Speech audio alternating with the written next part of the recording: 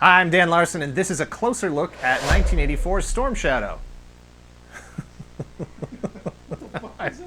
The timing was all wrong. In 1984, Hasbro rolled out the third wave of their highly successful 3 3/4-inch action figures.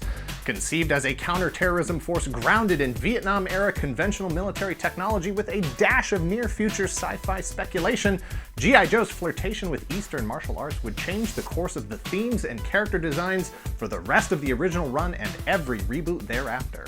With swiveling biceps, O-ring waist, knees, elbows, and hips that could perform exotic poses like the splits, G.I. Joe as a line was already dealing ongoing damage to Kenner's 5 POA Star Wars, who hung the future of their franchise on the adventures of the cuddly, huggable Endor teddy bears.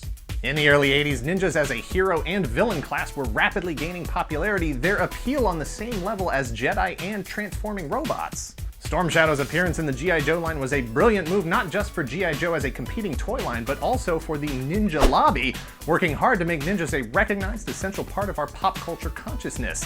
8 to 12-year-olds are a key demographic in the perpetuation of that ninja lifestyle. Ninja training focuses on nunchucks, ninja swords, ninja stars, karate, quiet, peaceful murder without accountability, vigilante justice, and secret identities.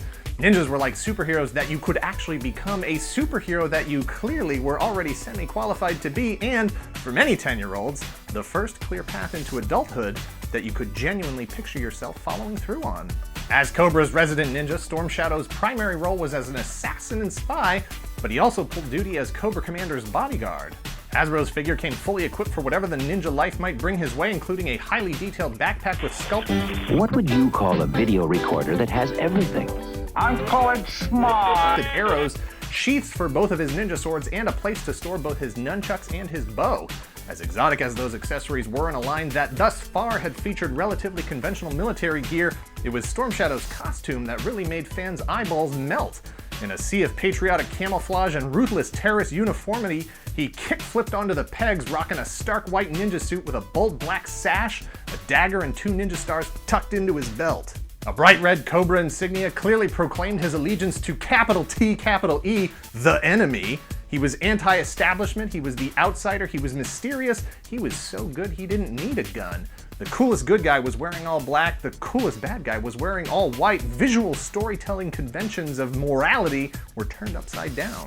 Everyone agrees version 2 Snake Eyes is the best G.I. Joe figure ever, but we tend to forget that Snake Eyes' transition from Commando to Ninja is in response to the popularity of Storm Shadow. That's a fact.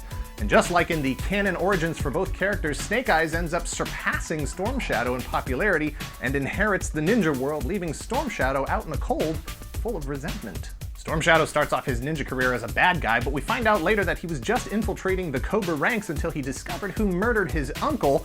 Once he learns that it was Zartan all along, he switches sides for the release of his second figure in 1988 as part of the G.I. Joe team, still a ninja, still clad in white, but now also with camo.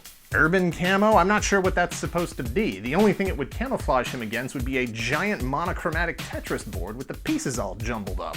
Where original Storm Shadow came with 2 swords, nunchucks, and a bow, version 2 came with one of the best G.I. Joe weapon accessories, a Wolverine claw. Logic or not, like Snake Eyes before him, it was a sequel that was as good as the original, if not better in some cases, as big, if not bigger, than the addition of pepperonis to pizza.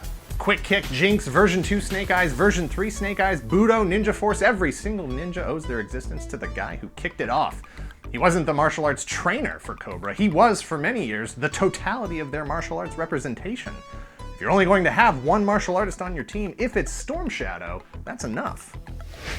Thanks for watching. Please hit like, please hit subscribe if you aren't already a subscriber. Share this video and let us know in the comments below who opened your heart and mind to the art of ninjutsu. Was it Storm Shadow, the Power Rangers, the Ninja Turtles, Bruce Lee?